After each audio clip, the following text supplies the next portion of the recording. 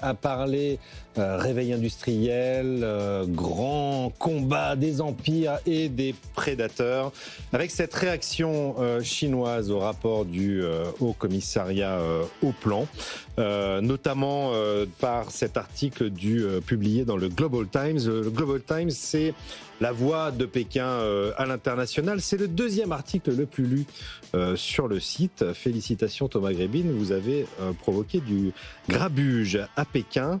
La Chine devrait envisager des enquêtes anti-dumping et anti-subvention sur le vin français dans le cadre des contre-mesures contre les tarifs proposés par la France de 30% sur les produits chinois, selon un expert. On n'a pas la source exacte, il cite un expert. Mais le fait que ce soit le Haut Commissariat au Plan qui publie ce rapport, effectivement, c'est la voix de la France pour Pékin. Est-ce qu'on n'est pas là, typiquement, alors donc, on rappelle les propositions de votre rapport, c'est une hausse de 30% sur les produits chinois pour protéger l'industrie européenne et une dévaluation aussi, ou une dévaluation de l'euro de 20% pour être aussi plus compétitif. Là, on est exactement dans le rapport de force qu'on évoque depuis le début de l'émission. Le problème de ces droits de douane, c'est aussi l'escalade qu'il y a derrière, Thomas Grébin. Oui, mais nous, on partait, ce qu'on a documenté avant tout, c'est un constat, c'est le caractère systémique de la concurrence chinoise qui touche plus des secteurs spécifiques comme dans les années 2000. On a beaucoup parlé ces derniers mois du textile, mais là, on n'est plus dans une histoire de textile comme lors du premier choc chinois. On est vraiment, comme il y a aujourd'hui, 70% de la production manufacturière allemande, par exemple, qui est potentiellement sous le coup de ce rouleau compresseur chinois. Donc en fait, ce n'est pas un secteur spécifique, c'est le message principal. Oui, c'est un des messages principaux de ce rapport, c'est que toute notre industrie est menacée aujourd'hui. C'est 100% des avantages comparatifs allemands. Alors on n'est plus du tout dans la situation des années 2000. Donc avec une destruction d'emplois incroyable en Allemagne, vous pouvez rappeler les chiffres depuis 2 ans. Oui, alors c'est pas lié évidemment au choc chinois, mais c'est quelque chose quand même. Mais ça y contribue. Et donc nous, à partir du moment où vous avez ce choc systémique, et en plus on a documenté des écarts de coûts très importants entre la production européenne et la production chinoise, en moyenne, autour de 30 à 40%. Et donc, à partir de ce constat, où vous avez en fait des écarts très importants, vous avez déjà une poussée des importations qui est très significative. Et en fait, vous n'avez rien aujourd'hui qui permet de bloquer ce rouleau compresseur. Mais en fait, nous, on arrive à ce constat qu'en effet, on a des pans entiers aujourd'hui de l'industrie européenne qui est menacée. Donc là, vous n'avez pas 36 solutions face à ça. Donc soit vous mettez en gros une forme de mur pour essayer de freiner cette poussée, ou soit vous avez un autre instrument qui est un peu plus difficile à manier d'un point de vue un peu monétaire, c'est un peu de s'inspirer de ce qui avait été fait lors de l'accord du Plaza en 85, où il y avait eu un accord entre les États-Unis, le Japon, et en grande partie l'Allemagne, et qui avait conduit à une réévaluation du change.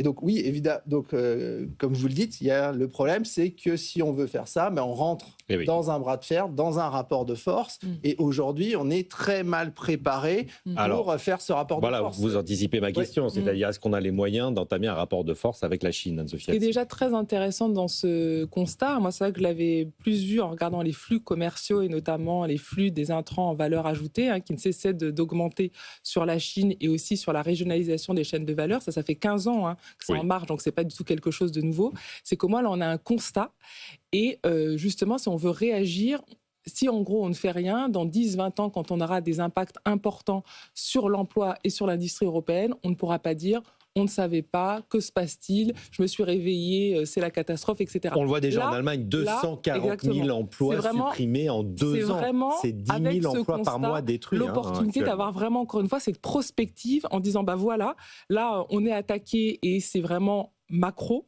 Qu'est-ce qu'on peut faire pour réagir? Donc, on ne peut pas du tout dire ça n'existe pas et après, peut-être s'émouvoir des conséquences de ça, comme ça a été le cas depuis 20 ans. Donc ça, c'est déjà absolument fondamental et c'est pour ça que ça plaide encore pour de la prospective et pour la mise en place d'un plan. Parce que comme l'a très bien dit Thomas, bien sûr qu'il y a des mesures de protection qu'on peut mettre en œuvre, mais ça doit aussi s'accompagner d'un plan de qu'est-ce que l'on fait de cette industrie par rapport à cette concurrence. Ça ne peut pas être juste on réagit, c'est aussi on planifie sur 20 ans, comme l'a fait la Chine et les États-Unis Sophie, on a un Trump qui parle tous les jours, on a une bagarre qui se joue. Non, mais un Trump qui parle toujours, quand on regarde les choses par secteur, sur par exemple les énergies renouvelables, on travaille beaucoup pour eux.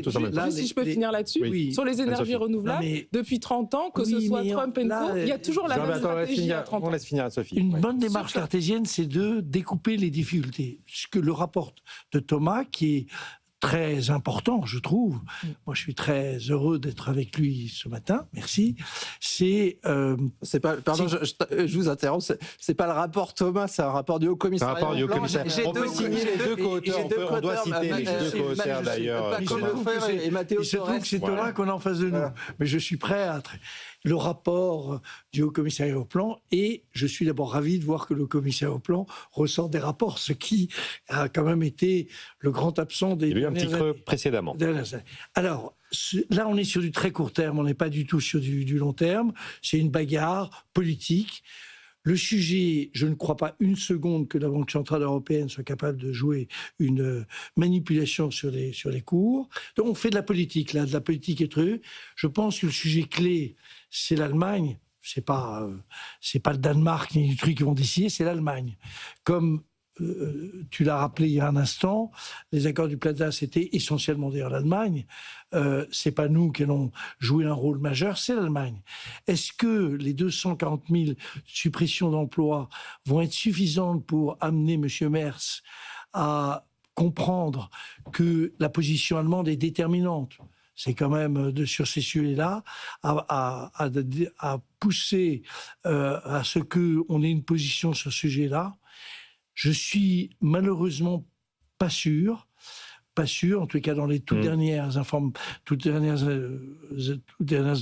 prises de parole de Merz. Je pense que le sujet, c'est vraiment de prendre à bras-le-corps un rapport de force. Oui. Mais tout le monde a des rapports de force. On peut en avoir un, et là, c'est vraiment européen. Mais en fait, quand on dit européen, c'est essentiellement allemand, et enfin, c'est les pays. Est-ce que l'Allemagne est prête à sacrifier l'idée qu'il jusqu'à maintenant, le message est quand même très clair. Ils ont dit non, sacrifier rien du tout. Ils ont leur industrie automobile. La preuve du contraire, c'est pas celui de Merz. Le papier du Global Times, la source citée, l'expert cité dans le papier du Global Times, indique qu'il ne s'agit que de provoquer délibérément la Chine avec ses droits de douane. La Chine n'a jamais délibérément, c'est repris 2 fois ce terme, cherché un excédent commercial. Bon.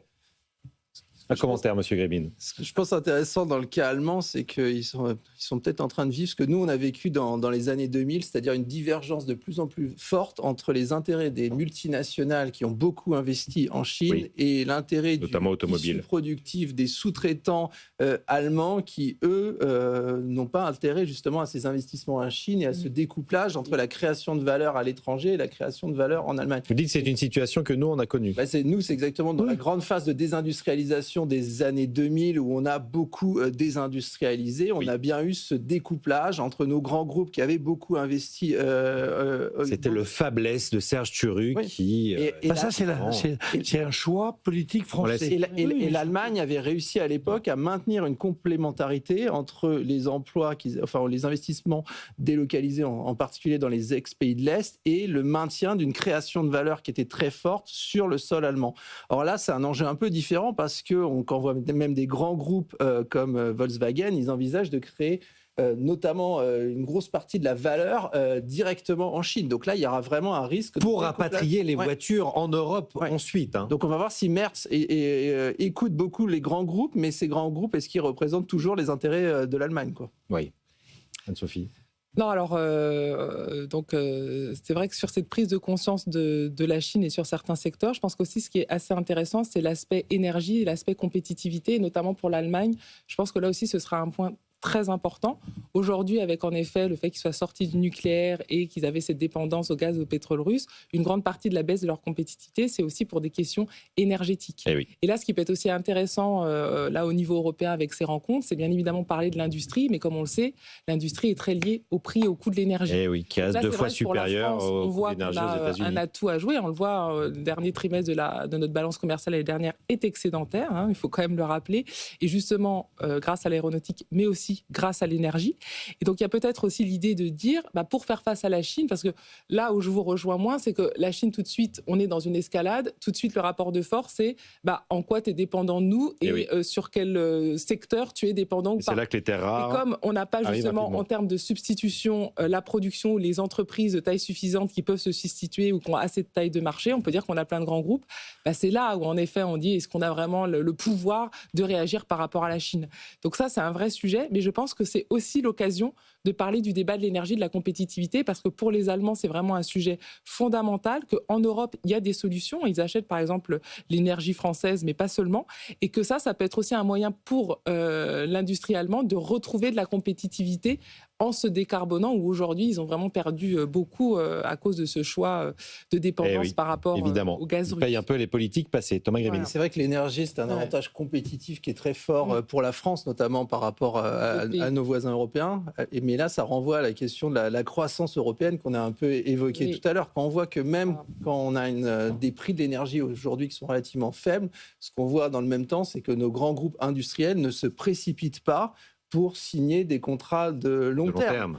Parce qu'en fait... Et pourquoi ? Parce que je pense qu'ils considèrent que les perspectives de croissance en Europe sont relativement faibles. Tout est lié. Et donc, même s'il y a des prix même si les prix de l'énergie qui sont très intéressants, en fait, le choix qui est fait, c'est potentiellement d'aller investir en Inde ou ailleurs.